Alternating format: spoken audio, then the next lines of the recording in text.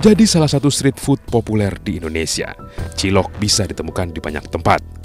Rasanya yang gurih dan harganya yang murah menjadi faktor utama keberadaan penjual cilok kerap diburu masyarakat. Sayangnya, ketenaran cilok justru dimanfaatkan sejumlah oknum nakal demi mendapat keuntungan lebih melimpah. Cocol salah satunya. Apa dulu nih bang? Terigu dulu, teh. Rencananya mau bikin berapa banyak nih bang? Bikin, itu kan ada sisaan teh. Paling bikin 100 dulu, 100 biji dulu teh. 100 biji. Sisaan yang jualan abang yang nggak habis gimana? Iya, ada sisaan yang nggak habis teh. Abang jual lagi tuh? Iya, jual lagi teh. Nggak apa-apa aja bang? Nah, nggak apa-apa teh, kan masih bagus juga. Masih bagus. Kan pakai ini, pakai borak, pakai awet. Nggak basi tuh bang? Nggak basi kalau pakai borak mah. Bahan-bahan yang digunakan Cocol untuk membuat cilok sebenarnya tak jauh berbeda dengan pedagang lainnya. Hanya saja, Cocol menambahkan boraks. Senjata andalan ini sengaja Cocol tambahkan agar cilok buatannya lebih kenyal dan tentunya tahan lama.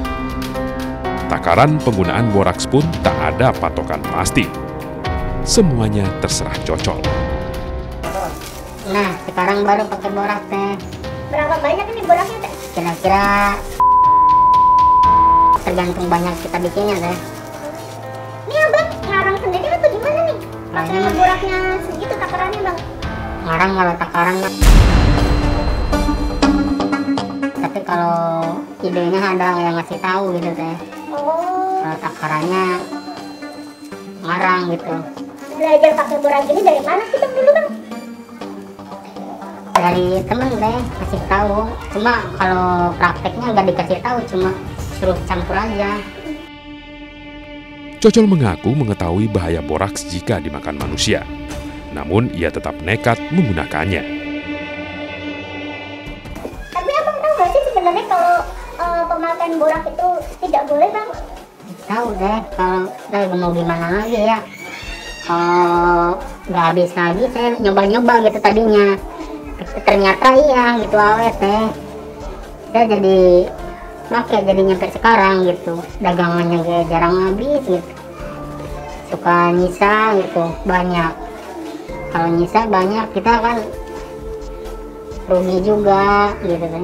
Kalau gini mah alhamdulillah gitu, maksudnya kalau ada sisa juga masih bisa dibesokin. Tak hanya menggunakan boraks, saat mengolah adonan cilok buatannya, Cocol juga tidak mempedulikan kebersihan. Padahal kebersihan dalam membuat makanan sangatlah penting untuk menghindari masuknya bakteri dalam makanan. Aja nih pakai tangan dong. Iya teh, langsung aja pakai tangan. Abang kan tadi belum cuci tangan kayaknya deh. Tanggung teh, biarin lah. Biar ada vitaminnya. Vitamin apa bang pakai tangan? Biar agak gurih-gurih teh.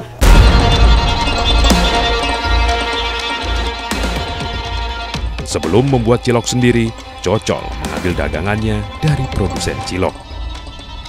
Munculnya pandemi COVID-19 membuat penghasilan Cocol menurun sehingga tidak sanggup lagi memenuhi setoran harian. Karena nggak kuat setoran teh sama bosnya. Targetnya jauh gitu turunnya. Nggak cukup lah untuk sehari-hari gitu. Ikut dari orang buat setor aja susah. Akhirnya mutusin jual sendiri. Jualan punya sendiri gitu. Ada modal sendiri. Sejak menggunakan boraks, Cocol tak lagi khawatir jika dagangannya tidak habis terjual. Lantaran cilok buatannya tidak basi dan bisa bertahan hingga beberapa hari. Paling lama biasanya kalau sekali bikin dijual berapa hari bertahannya bang? Kalau sekarang udah pakai borak. Pernah lama paling 3 hari itu masih bagus deh. Masih tetap abang jual itu 3 hari? Iya, kan kalau misalnya masih ada sisa kita jual lagi. Yang udah 2 hari 3 hari saya jual lagi teh. Gak ada bedanya tuh bang sama yang bikinan baru gitu bang? Bedanya ada teh. Cuma kan suka ditaruhnya di bawah gitu, yang baru di atas gitu. Saya dicampur-campur aja gitu ngasihnya teh. Boraks ya ataupun tawas ini memang bahan kimia yang berbahaya. Nah, karena itu sudah ada aturannya, Peraturan Badan POM nomor 7 tahun 2018 tentang bahan baku yang tidak boleh digunakan di pangan olahan. Salah satunya boraks.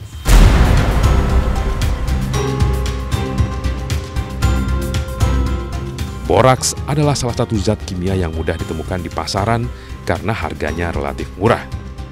Jadi tak heran jika banyak pedagang nakal menambahkan zat kimia satu ini untuk mendapatkan keuntungan yang sebanyak-banyaknya dengan modal usaha yang seminim mungkin. Atas dasar tersebut, pemerintah melarang penggunaan boraks dalam makanan. Berdasarkan Undang-Undang Nomor 18 Tahun 2012 tentang Pangan, pedagang nakal yang menggunakan boraks sebagai bahan tambahan pangan bisa dihukum pidana 5 tahun penjara atau denda paling banyak 10 miliar rupiah. Setelah adonan cilok jadi, Cocol kemudian mencetak cilok agar semuanya sama besar. Cilok yang sudah terbentuk kemudian direbus hingga matang.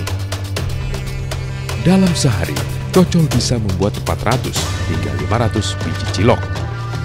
Jumlah tersebut tergantung sisa dagangan cilok hari sebelumnya.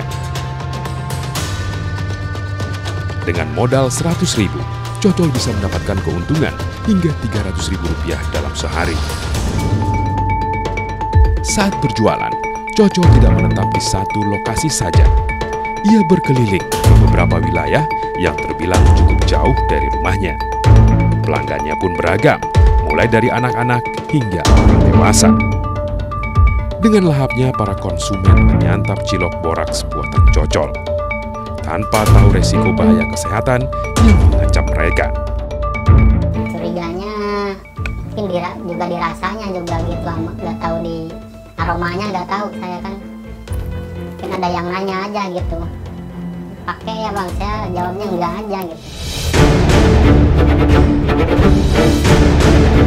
Cocol mengaku ada rasa takut menggunakan boraks dalam dagangannya. Ia pun berencana mengakhiri kecurangannya jika pandemi berakhir.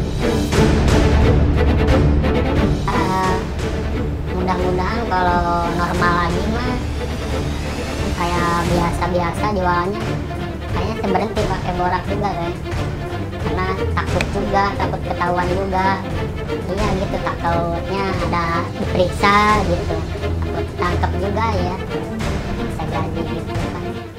Jadi kalau kita perhatikan dari 8 sampel kita ini, maka yang memberikan warna hijau sama seperti boraks itu adalah sampel A, kemudian sampel E, sampel F, dan sampel H.